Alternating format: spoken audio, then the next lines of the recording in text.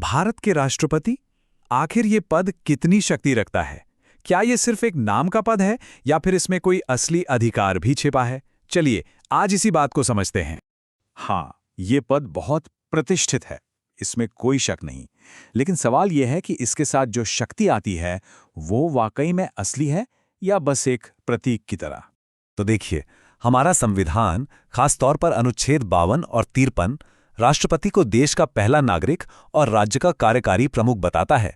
पर इन भारी भरकम शब्दों का असल मतलब क्या है? चलिए यहीं से शुरू करते हैं। तो भाई, संविधान के इस रक्षक को आखिर चुना कैसे जाता है? क्या प्रक्रिया है? देखिए, अनुच्छेद 54 और 55 में ये साफ बताया गया है कि राष्ट्रपति का चुनाव हम और आप यानी कि जनता सीधे तौर पर नहीं करती। ये एक इनडायरेक्ट चुनाव है। इसमें होता यह है कि संसद और राज्यों की विधानसभाओं के जो चुने हुए सदस्य होते हैं ना, वो मिलकर एक इलेक्टोरल कॉलेज बनाते हैं और फिर वो वोट करते। और हाँ, कोई भी इस पद के लिए खड़ा नहीं हो सकता। अनुच्छेद 58 कुछ योग्यताएं तय करता है, जैसे उम्मीदवार का भारतीय नागरिक होना जरूरी है, उम्र कम से कम 35 साल होनी चाहिए और वो लोकसभा का सदस्य बनने के लायक भी हो। तो आप समझ सकते हैं कि देश के सबसे ऊंचे पद के लिए एक बहुत ऊंचा मायार रखा गया है। अच्छा, अब जब हम ये जान गए हैं कि राष्ट्रपति चुने कैसे जाते हैं, तो अब उनकी शक्तियों को समझने की बारी है। तो सबसे पहले बात करते हैं उनकी एग्जीक्यूटिव और लेजिस्लेटिव पावर्स की, जो असल में सरकार चलाने की बुनियाद होती हैं। ये जानना बहुत दिलचस्प है कि संवैधानिक तौर पर भारत सरकार का हर एक काम, हर एक फैसला औपचारिक रूप से राष्ट्रपति के नाम पर ही लिया जाता है। अब ये स्लाइड जो दिखा रही है ना, इसका असल दुनिया में बहुत बड़ा असर होता है। सोचिए, प्रधानमंत्री, अटॉर्नी जनरल, सीएजी और इलेक्शन कमिश्नर जैसे बड़े और जरूरी अधिकारियों की नियुक्ति राष्ट्रपति ही करते हैं। मतलब जो लोग देश की पूरी मशीनरी चलाते हैं, उनकी नियुक्ति राष्ट्रपति के हाथों में होती है। इतना ही नहीं, राष्ट्रपति के पास कुछ असाधारण शक्तियां भी हैं। वो 3 तरह की इमरजेंसी लगा सकते हैं। अनुच्छेद 352 के तहत नेशनल इमरजेंसी, 356 के तहत किसी राज्य में राष्ट्रपति शासन और 360 के तहत फाइनेंशियल इमरजेंसी। तो कानून को लागू करने के अलावा राष्ट्रपति कानून बनाने की प्रक्रिया का भी एक बहुत ही जरूरी हिस्सा है, जैसे कि संसद का सत्र बुलाना, लोकसभा को भंग कर देना या फिर कला विज्ञान जैसे क्षेत्रों में खास योगदान देने वाले 12 लोगों को राज्यसभा के लिए नॉमिनेट करना। ये सब उनके ही अधिकार क्षेत्र में आता है। और ये स्लाइड एक बहुत ही खास शक्ति के बारे में बताती है, वीटो पावर। अब देखिए, एक होता है एब्सोल्यूट वीटो, जिससे किसी बिल को सीधे सीधे मना कर दिया जाता है।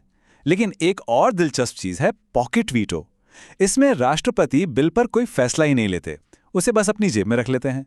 और क्योंकि कोई समय सीमा नहीं है, तो वो बिल बिना मना किए ही खत्म हो जाता है। तो सबसे जरूरी बात यह है कि अनुच्छेद 123 के तहत राष्ट्रपति के पास तब भी कानून बनाने की शक्ति होती है जब संसद का सत्र नहीं चल रहा हो। इसे अध्यादेश या ऑर्डिनेंस कहते हैं। अच्छा, कार्यपालिका और विधायिका के बाद अब बात करते हैं न्यायिक क्षेत्र की। राष्ट्रपति का प्रभाव यहां भी काफी गहरा है।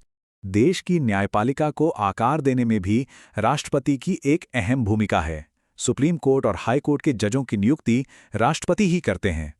लेकिन शायद सबसे बड़ी न्यायिक शक्ति है अनुच्छेद 72 के तहत मिलने वाली क्षमादान की शक्ति। मतलब राष्ट्रपति किसी भी दोषी की सजा को माफ कर सकते हैं, कम कर सकते हैं या बदल सकते हैं। ये एक तरह से आखिरी उम्मीद होती है। जहां कानून की सख्त प्रक्रिया शायद अन्यायपूर्ण लगे, वहां दया की गुंजाइश बनती है। चलिए, अब हम राष्ट्रपति की भूमिका के उस पहलू पर आते हैं जहां एक तरह का तनाव या कहें कि संतुलन देखने को मिलता है। ये बहुत जरूरी है समझना।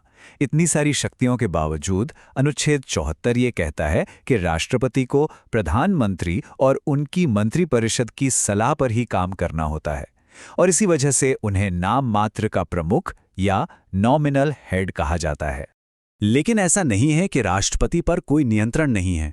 उन पर भी एक आखिरी संवैधानिक नियंत्रण है, और वो है महाभियोग। अगर वो संविधान का उल्लंघन करते हैं तो अनुच्छेद 61 के तहत उन्हें पद से हटाने की प्रक्रिया शुरू की जा सकती है। तो ये टेबल एक तरह से उन सभी प्रमुख अनुच्छेदों का सार है जिन पर हमने अभी बात की। ये राष्ट्रपति की शक्तियों के वो स्तंभ हैं, उनके पद की स्थापना से लेकर क्षमा, अध्यादेश और इमरजेंसी तक की शक्तियां। तो कुल मिलाकर हम ये कह सकते हैं कि राष्ट्रपति एक तरफ तो सलाह पर काम करने वाले एक प्रतीकात्मक प्रमुख हैं, लेकिन दूसरी तरफ वो संविधान के अंतिम रक्षक भी हैं, खासकर संकट के समय में। तो ये पूरी चर्चा हमें एक आखिरी सवाल पर लाके छोड़ देती है। एक चुनी हुई सरकार की इच्छा और खुद संविधान के लिखे हुए नियमों के बीच संतुलन बनाने में राष्ट्रपति की असली भूमिका आखिर है क्या?